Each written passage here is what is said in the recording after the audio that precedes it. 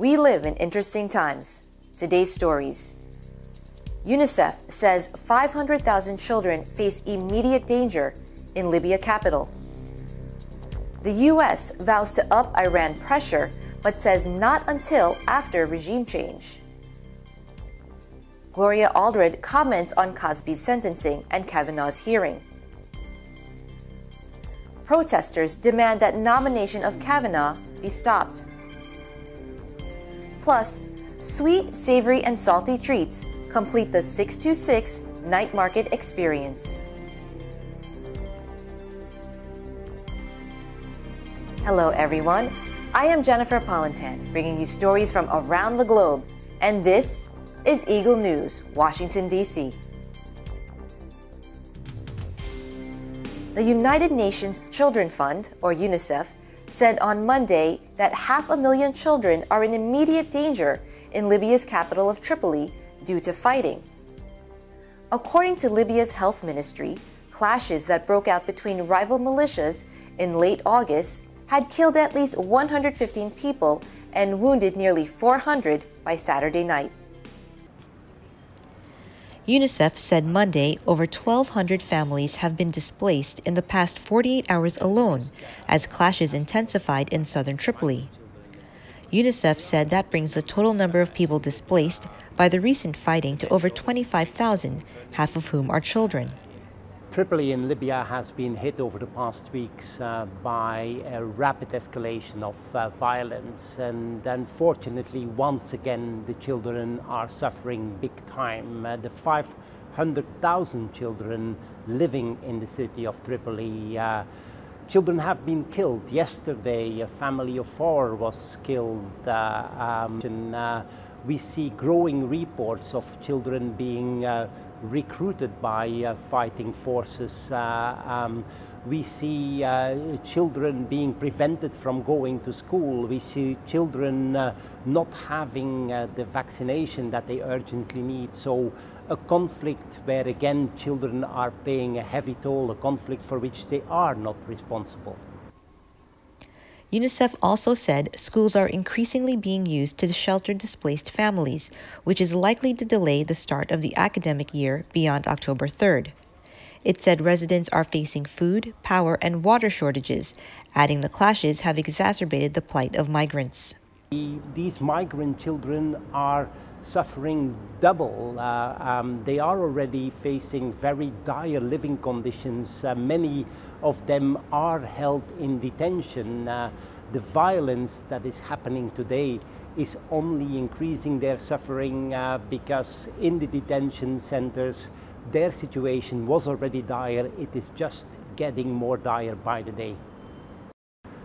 Over the past few weeks, in and around Tripoli alone, 25,000 people have been displaced. A majority of them are children. Children again bearing the brunt of a conflict none of their making. Despite a UN-brokered ceasefire on September 4th, fighting broke out again last week in southern districts of the capital. The clashes have pitted armed groups from Tarhuna and Misrata against Tripoli militias nominally controlled by Libya's UN-backed unity government. The Libyan capital has been at the center of a battle of influence between armed groups since dictator Muammar Gaddafi was ousted in a NATO-backed 2011 uprising. The country's unity government has struggled to exert its control in the face of a multitude of militias and a rival administration based in eastern Libya. U.S. National Security Advisor John Bolton vows maximum pressure on Iran, but insists U.S. is not seeking regime change. Bolton, along with U.S. Secretary of State Mike Pompeo and UN Ambassador Nikki Haley, were holding an on-camera briefing on the sidelines of the UN General Assembly, where they also discussed North Korea and Russia. The White House promised on Monday to keep exerting maximum pressure on Iran and said new sanctions were in the pipeline while insisting that the U.S. was not seeking the overthrow of Tehran's clerical regime. I've said repeatedly, regime change in Iran is not the administration's policy. As Mike Pompeo just said, we've imposed very stringent sanctions on Iran. More are coming. And what we expect from Iran is massive changes in their behavior. And until that happens, we will continue to exert what the President has called maximum pressure. As a private citizen, Bolton has advocated supporting Iran's armed opposition, a position reiterated recently by former New York Mayor Rudy Giuliani, who serves as Trump's personal lawyer. Trump, who has warm relations with Iranian rivals Saudi Arabia and Israel, has pulled the United States out of an international agreement to constrict Iran's nuclear program and instead has restored sanctions. Iran's Supreme Leader Ayatollah Ali Khamenei has accused U.S. allies Saudi Arabia and the United Arab Emirates of supporting Arab separatists who killed 24 people at a military parade last week in southwestern Iran. Make no mistake about it, the conversations that we're having are important. They're putting the opportunity to complete the denuclearization in place, and we will continue at every level to have those conversations. Some of them you will all be aware of, some of them you won't know are taking place. There's lots going on so that we can, fundamental principles remain the same. We expect the full, complete, verified denuclearization of North Korea, and until such time as that occurs, the economic sanctions, the sanctions that have been put in place by the United Nations Security Council, will remain in place. That's the core proposition that the President agreed to in Singapore, and it's the one we're going to continue to honor through the whole process. Okay, then the second topic, Canadian Prime Risk from North Korean nuclear weapons. And wouldn't it be ludicrous to have another meeting with Kim Jong-un if you don't have the details in place? Absolutely not. If we can continue to make progress and have conversations, I think there's enormous value in that.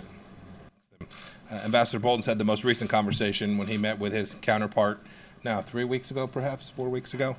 As I said yesterday, we're trying to find every place we can where there's common ground, where we can work with the Russians. We're finding lots of places where they're working against American interests, and we will hold them accountable for so doing.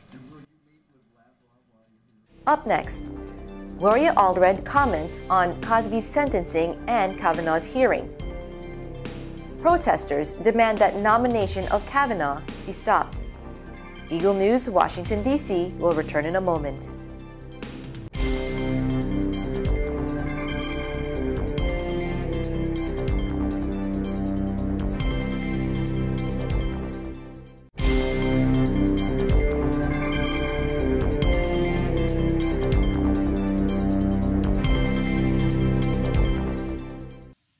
Welcome back. You are watching Eagle News, Washington, D.C.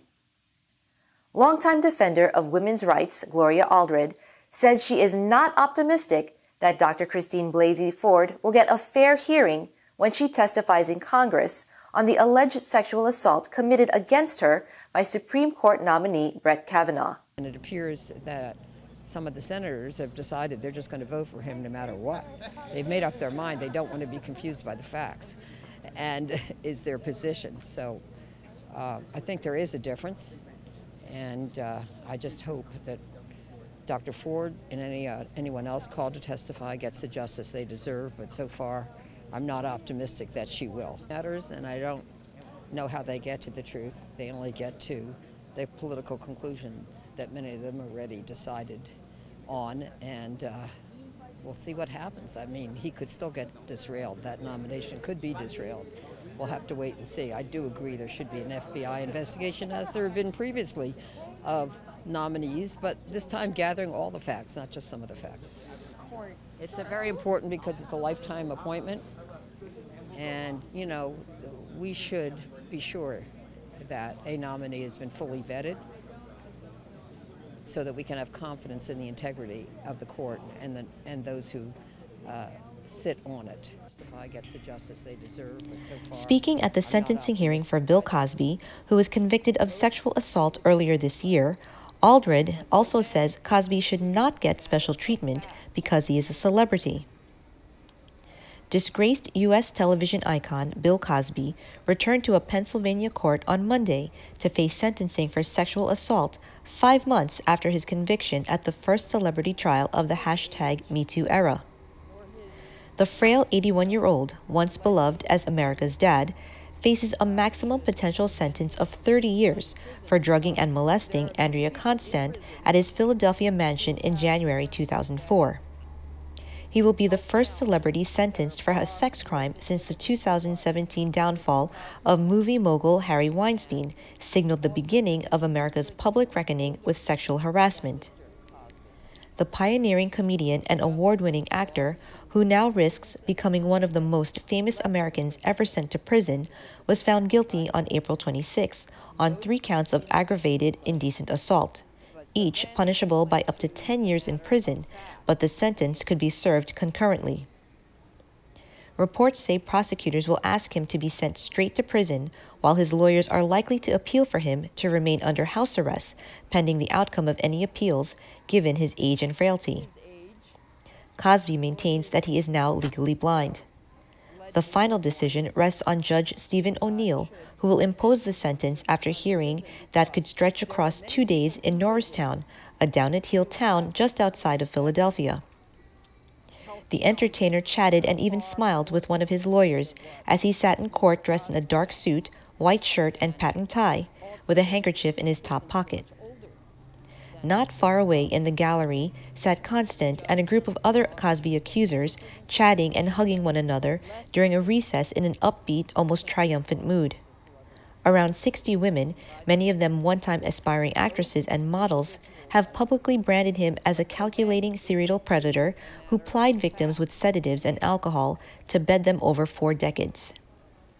The case involving Constand, a Canadian former basketball player and Temple University employee turned massage therapist, was the only one that happened recently enough to prosecute. A group of protesters gathers outside the office of Senator Susan Collins in Washington, calling on her to stop the Supreme Court nomination of Judge Brett Kavanaugh. Several protesters expressed concern over how Kavanaugh could negatively impact health care and women's rights issues if confirmed. Kavanaugh, who is President Trump's pick for a key Supreme Court seat, has seen his nomination run afoul of decades-old accusations of sexual misconduct. Brett Kavanaugh, Donald Trump's pick to fill a crucial Supreme Court vacancy, has seen what appeared to be an easy confirmation process upended by charges of sexual abuse that allegedly took place decades ago in his youth. Just 2 weeks ago, there was only one version of Kavanaugh on public display, the 53-year-old esteemed conservative judicial thinker, irreproachable family man, and coach to his daughter's baseball team.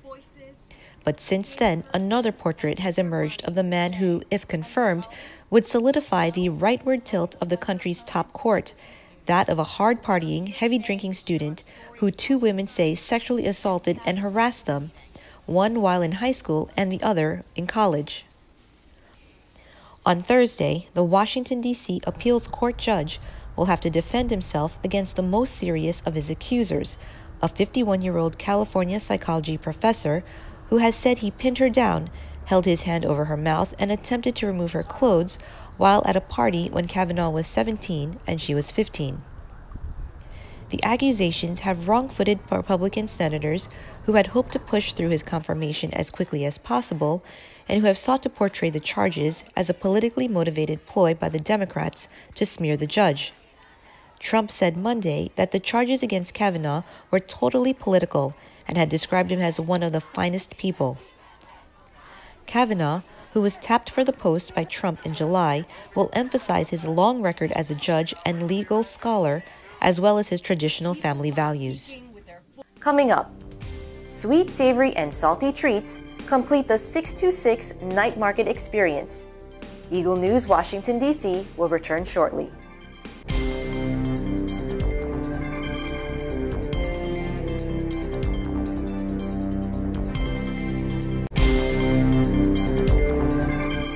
This is Eagle News, Washington, D.C., and I am Jennifer Politan. Sweet, savory, and salty treats complete the 626 Night Market experience in Arcadia, California. Eagle News junior correspondents Ariane Andrade and Seth Paris with the report. In North America, summertime night markets are a popular destination for adventurous foodies. And if you're a foodie that's hangry, then there's a place we found where you can put all your food frustrations to rest. The 626 Night Market in Arcadia, California. Let's taste it!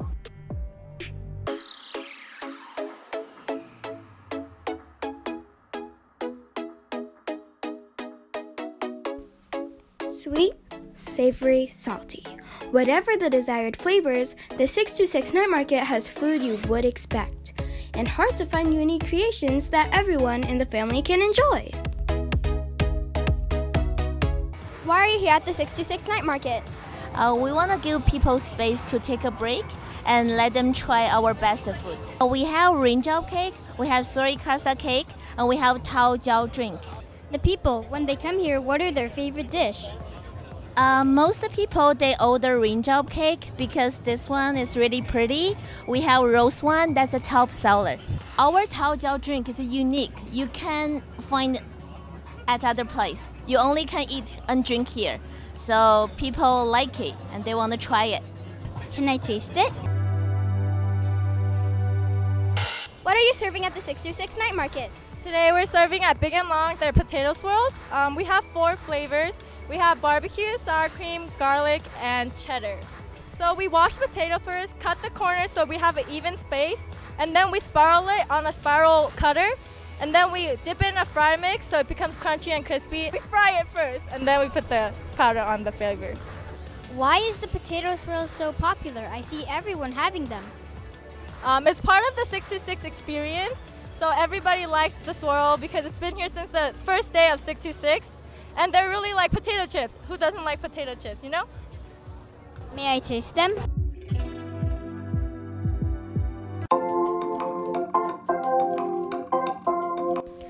Good food paired with good company is what makes the night market a satisfying memory of the summer season.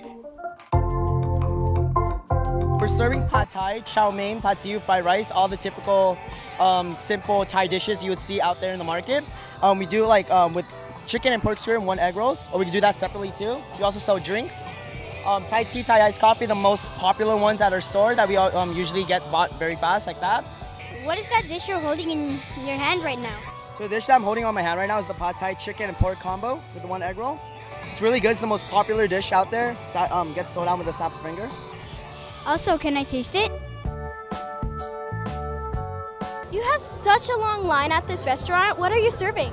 We are serving the live grilled Maine lobster and garlic noodles. So a lot of people call this the lobster nest. Why did you choose 626 Night Market as a place to serve food? This is a great place to showcase what we do because there's a lot of people who come here to get food. So a lot of people really line up for this. Can you please describe the food that you have in your hands right now? So again, this is the lobster nest, our most popular item. We start with the live grilled lobster. We fly them out from Maine every day. We split them, we blanch them, and then we grill them with butter. And you have a choice of regular butter or Cajun butter. And then we do have the garlic noodles, which is chow mein and garlic confit with sesame oil and Parmesan cheese. May I taste it? There's good news for hangry foodies in the Bay Area. 626 Night Market will be opening up at the Alameda County Fairgrounds in Pleasanton, California. Visit www.norcalnightmarket.com for more info. And remember, if you're driving to Northern California, I need a ride too. Reporting from Arcadia, California for Eagle News, my name's Ariane Andrade. And my name is Seth Paras. And we are 1 with 25. Thanks, Ariane and Seth. Wow, Seth, I'm glad they let you taste all that yummy food. That is today's Eagle News, Washington, D.C. Join us tomorrow for stories that matter to you. Visit our websites at eaglenews.ph and eaglenewslive.com. Like us on Facebook and follow us on Twitter at twitter.com/eaglenewsph. Thank you for watching. I am Jennifer Polentan and I am 1 with 25.